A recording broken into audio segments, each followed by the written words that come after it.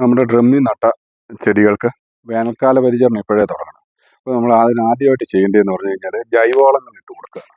ഉണങ്ങിയ ചാണകപ്പൊടി, ആട്ടും കാഷ്ടം, ഇല്ലെങ്കിൽ കമ്പോസ്റ്റ് ആക്കിയ കോഴിവളം, അതുപോലെ ഏതെങ്കിലും ഇട്ട് കൊടുക്കുക. നല്ല കാര്യമായിട്ട് തന്നെ ഇട്ട് കൊടുക്കണം. ഇതുപോലെ വലിയ പ്ലാന്റുകൾക്ക് നല്ലപോലെ ഇട്ട് കൊടുക്കണം.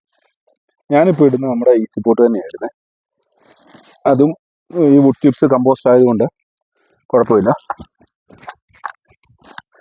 ഇങ്ങനെ ഇട്ട് കൊടുത്തേച്ച് ഞാൻ ഇച്ചിരി വളവും കൂടി ഇടുന്നുണ്ട്. അതായത് നമ്മുടെ ഒരു സ്ലോ റിലീസിങ് ഫെർട്ടിലൈസറാണ്.